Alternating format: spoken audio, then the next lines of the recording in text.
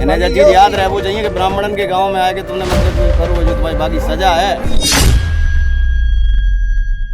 जिस परिवार को कथा करानी थी उन पे इतना संसाधन पैसा नहीं था कि लाखों रुपए वाले कथावाचक बुला लें, क्योंकि कई कथावाचक हैं जो 50 लाख रुपए लेते हैं।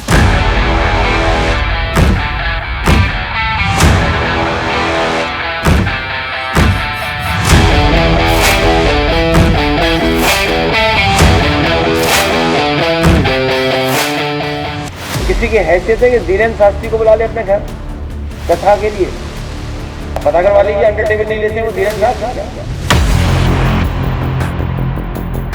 जब यूट्यूबर ने हमारे खिलाफ वीडियो बनाया तो बाबा के जलवा देखो 60,000 की जैकेट पहनो। तुम्हें ज्यादा पेट में दर्द हो तो कल हम 1,20 की पहनेंगे।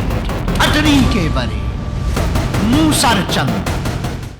कथा पर शुरू हुआ कलेश अब कैश तक पहुंच गया है। 21 जून को यूपी के इटावा में कथावाचक के अपमान के साथ शुरू हुआ विवाद एक कदम और आगे बढ़ गया है, जब समाजवादी पार्टी के मुखिया अखिलेश यादव ने सीधे बाबा बागेश्वर पर टेबल के नीचे से पैसे लेने का गंभीर आरोप लगा दिया। यह तस्वीर अब पूरे देश के जहन में छप चुकी है, जब यूपी के इटावा में एक धार्मिक आयोजन के दौरान कथावाचक मुकुटमणि यादव और उनके सहयोगी संत कुमार यादव के साथ मारपीट और बेहद अपमानजनक व्यवहार हुआ था। उनका सिर मुंडवा दिया गया था। कथित तौर पर मुकुटमणि ने अपनी जाति छिपाई थी और जब जाति का पता चला तो हंगामा खड़ा हो गया। इस विवाद पर अखिलेश यादव खुलकर सामने आए और पूछा कि कहां लिखा है कि कथा करने का अधिकार सिर्फ ब्राह्मणों के पास ही है। और इसके बाद तो इस मुद्दे पर सियासी तापमान उबाल मारने लगा। रविवार को जब अखिलेश यादव प्रेस कॉन्फ्रेंस करने आए तो बाबा बागेश्वर का नाम लेकर ऐसा आरोप लगाया कि हड़कंप मच गया। तो चलिए आपको दिखाते हैं कथा, कलेश और कैश की ये पूरी कहानी। राउंड 1। लाखों रुपए वाले कथावाचक बुला लें, क्योंकि कई कथावाचक हैं जो 50 लाख रुपए लेते हैं।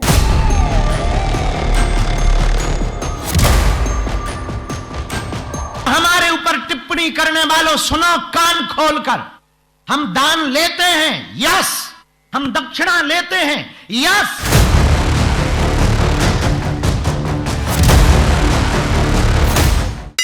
राउंड 2। किसी की हैसियत है कि धीरेन्द्र शास्त्री को बुला ले अपने घर कथा के लिए, कोई अंडर टेबल लेगा वो बाबा पैसे।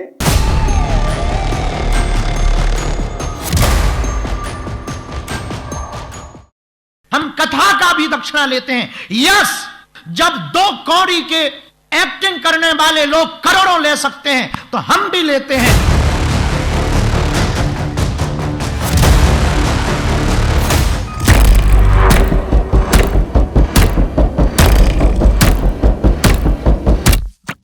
समझ तो आप गए ही होंगे कि कथावाचक विवाद का नया चेहरा बन गए हैं पंडित धीरेन्द्र कृष्ण शास्त्री। तुम्हें हमसे बड़ी दिक्कतें हैं, बाबा के जलवे हैं।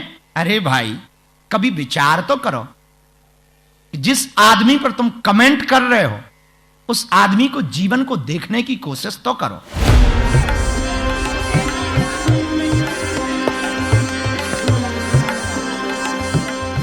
लेकिन आपके मन में सवाल होगा कि भला बाबा बागेश्वर कथावाचक विवाद का चेहरा क्यों बन गए हैं? तो इस सवाल का जवाब सिर्फ अखिलेश यादव का बाबा बागेश्वर पर हमला नहीं है, बल्कि हमले के पीछे उनका विदेश दौरा भी है।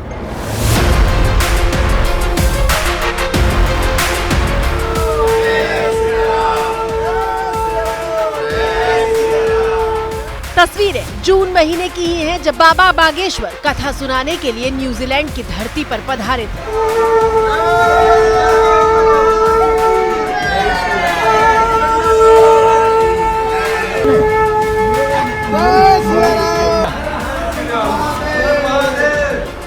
एयरपोर्ट पर बाबा की एक झलक के लिए भक्तों का तांता लगा हुआ था, लेकिन जिस बात की सबसे ज्यादा चर्चा हुई वो है पंडित धीरेन्द्र कृष्ण शास्त्री की ये काले रंग की लॉ।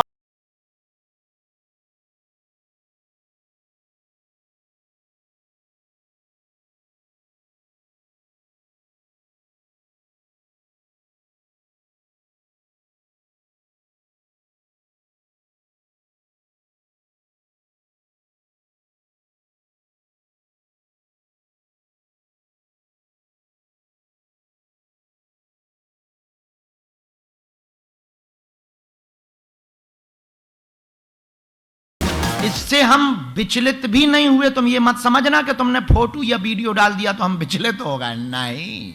हमें तो बड़ा मजा आया कि तो कम से कम तुम्हें हमारी ऐसी याद तो आई।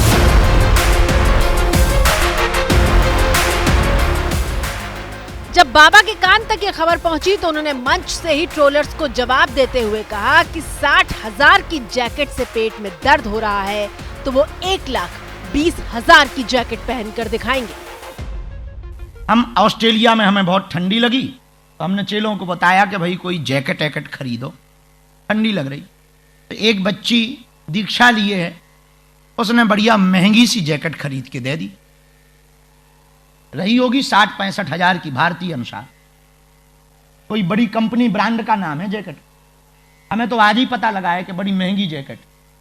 जब यूट्यूबर ने हमारे खिलाफ वीडियो बनाया कि बाबा के जलवा देखो, 60,000 की जैकेट पहन लो, और तुम्हें ज्यादा पेट में दर्द हो तो कल हम 1,20 की पहनेंगे बेटे। और तुम बनाना हमारे वीडियो और डालना फोटो।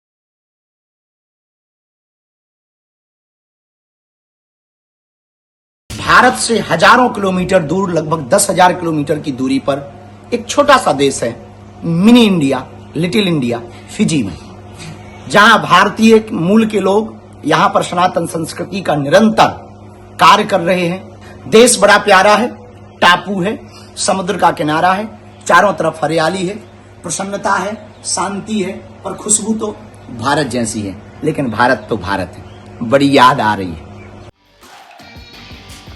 ठीक सुना आपने, बाबा बागेश्वर फिजी पहुंचे तो थे कथा सुनाने, लेकिन गुच्ची का चश्मा सुर्खियां बटोर ले गया। और फिर धीरेन्द्र शास्त्री ने इस बात पर भी सफाई पेश की कि इतना महंगा चश्मा लगाने की नौबत क्यों आई थी। जब जहाज पे गए तो समुद्र में वो आंखों में तिलमिली आती, तो हमने चश्मा लगा लिया, और चश्मा भी बड़ा महंगा था, गुच्ची का चश्मा था।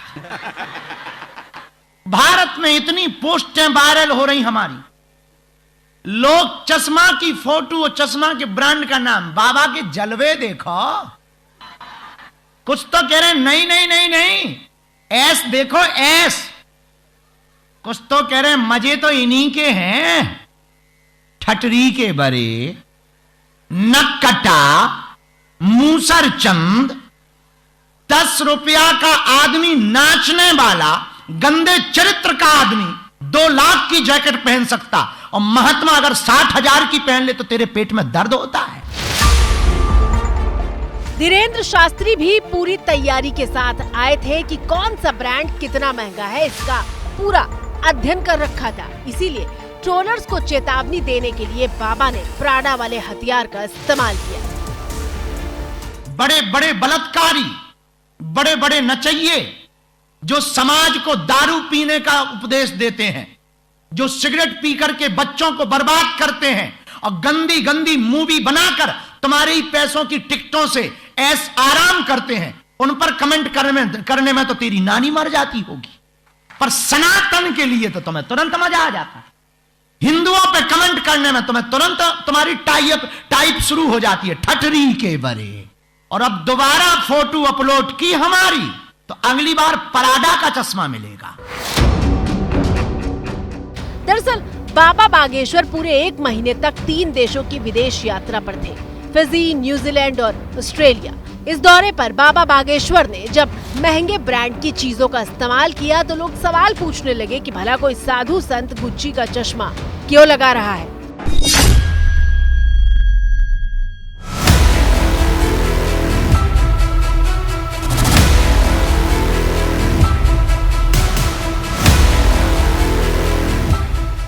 सवाल पूछे गए तो पंडित धीरेन्द्र कृष्ण शास्त्री ने अपने ही अंदाज में इन सवालों का सिर्फ जवाब नहीं दिया, बल्कि ये भी बताया कि वो आगे और भी ज्यादा महंगे ब्रांड पहनते रहेंगे और उन्हें कोई भी रोक नहीं पाएगा। अगली बार वीडियो तूने बनाया बेटा तो जैक्सन की जैकेट मिलेगी तुझे।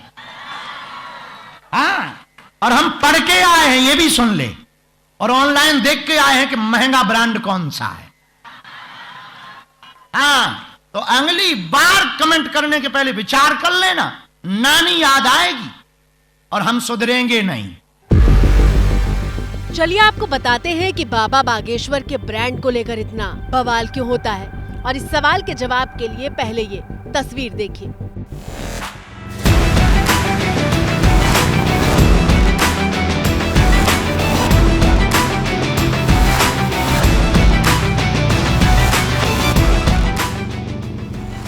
तस्वीरें ऑस्ट्रेलिया के कैनबरा की हैं, जब धीरेन्द्र कृष्ण शास्त्री डर्ट बाइक की सवारी करते हुए दिखाई दे रहे थे।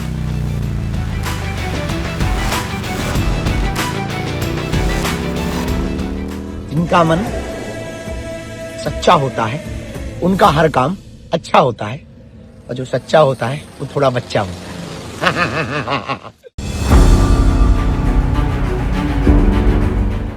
दरअसल हिंदुस्तान में साधु संतों को जिस सादगी के साथ देखा गया है, उसमें किसी बाबा का इस तरह से आधुनिक गाड़ियों की सवारी करने वाली तस्वीर उस छवि के साथ मेल नहीं खाती जिसमें बाबा तमाम तरह के सांसारिक माया मोह को त्याग कर बेहद सादगी के साथ जीवन बिताने की बात करते हैं।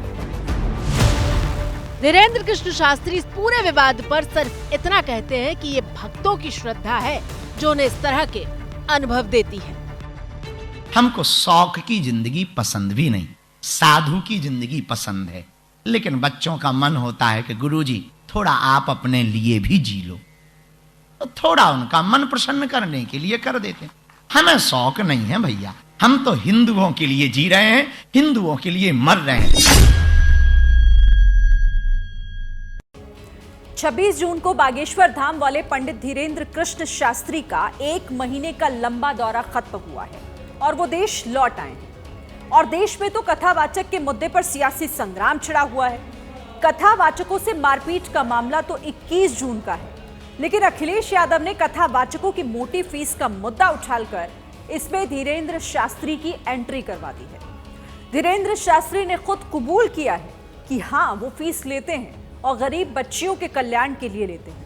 लेकिन अखिलेश यादव यहीं पर नहीं रुके, उन्होंने धीरेन्द्र शास्त्री पर अंडर टेबल पैसे लेने का आरोप लगाया है।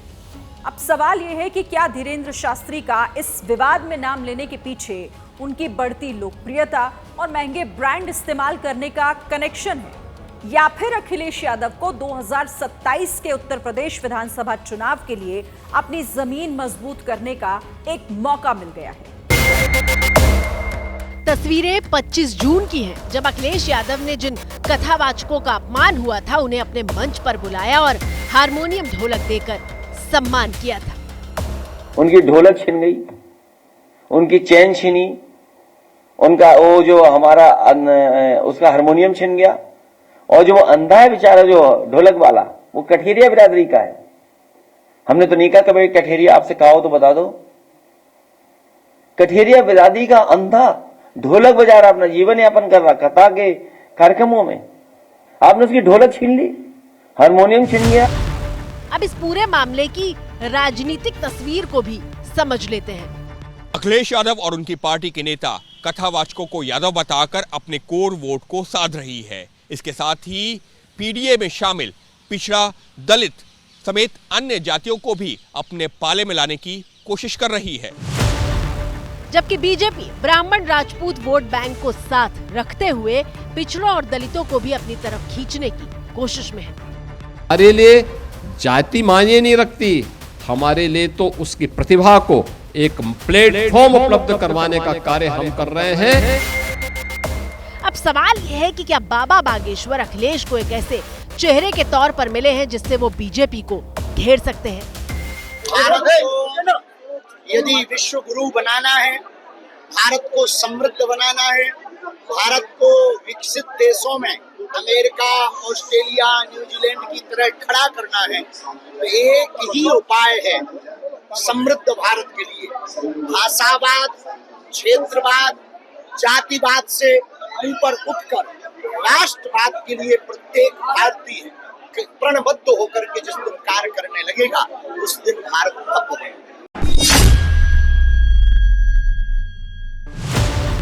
दरअसल धीरेन्द्र कृष्ण शास्त्री की हिंदू राष्ट्र वाली हुंकार बीजेपी को सूट करती है और यही वजह है कि बाबा चाहे मध्य प्रदेश में हो या फिर बिहार से लेकर महाराष्ट्र तक, उनके मंच पर बीजेपी नेताओं का तांता लगा हुआ दिखाई देता है। आप अपना गौरव भूलना मत, वन में रहने वाले वनवासियों, तुम उस वंश के हो, उस खानदान के हो कि तुम्हारी पूर्वजों की पीढ़ी ने भगवान राम का साथ जिस प्रकार दिया था, अब हम प्रार्थना करेंगे, अब तुम्हारी फिर जरूरत है, अब तुम्हें हिंदू राष्ट्र का साथ देना पड़ेगा। बागेश्वर धाम वाले धीरेन्द्र कृष्ण शास्त्री ने कथावाचक वाले मामले पर क्या कहा था, जरा सुनिए। भगवत चर्चा और सत्संग, भगवान की वार्ता, भगवत कथा को कहने का अधिकार सबको है। भगवान की कथा सब कह सकते हैं, कोई इसमें दोषी नहीं, न हस्तक्षेप है। इसीलिए हमारी प्रार्थना, अगर भारत को हिंदू राष्ट्र बनाना है तो क्या भारत ऐसे हिंदू राष्ट्र हो? नहीं हो सकता। तो जो भी घटना इटावा की हुई है निश्चित रूप से निंदनीय है, घोर निंदनीय है। अगर उसने कुछ अपराध किया ही है तो हमको तत्क्षण कानून व्यवस्था न्यायपालिका की शरण लेनी चाहिए, ना कि खुद न्यायपालिका बनना चाहिए। वैसे ये कोई नई बात नहीं है। सनातन का झंडा उठाकर चलने वाले धीरेन्द्र शास्त्री राजनीति की धुरी अक्सर बनते रहे हैं और ये बेहद कम वक्त में हुआ है। कैसे, ये समझने के लिए आपको एक तस्वीर दिखाते हैं। टीवी स्क्रीन पर मौजूद ये वीडियो धीरेन्द्र शास्त्री की पहली कथा का बताया जाता है, जब रोशनी के ठीक से इंतजाम तक नहीं थे। एक अंधेरे से कमरे में धीरेन्द्र शास्त्री कथा सुनाते हुए दिखाई दे रहे हैं, लेकिन बहुत थोड़े से ही वक्त में धीरेन्द्र शास्त्री का रुतबा ऐसा बढ़ा कि हिंदुस्तान से लेकर लंदन तक उनकी तूती बोलने लगी।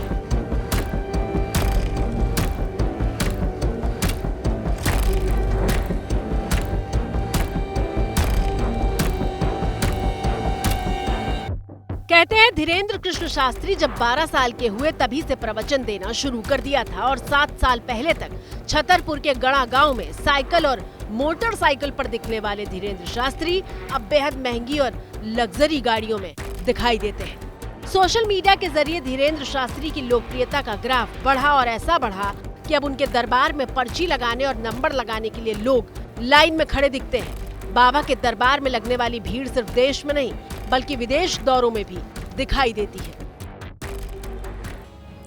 यूपी में चुनाव 2027 में होने अभी करीब 20 महीनों का वक्त बचा हुआ है।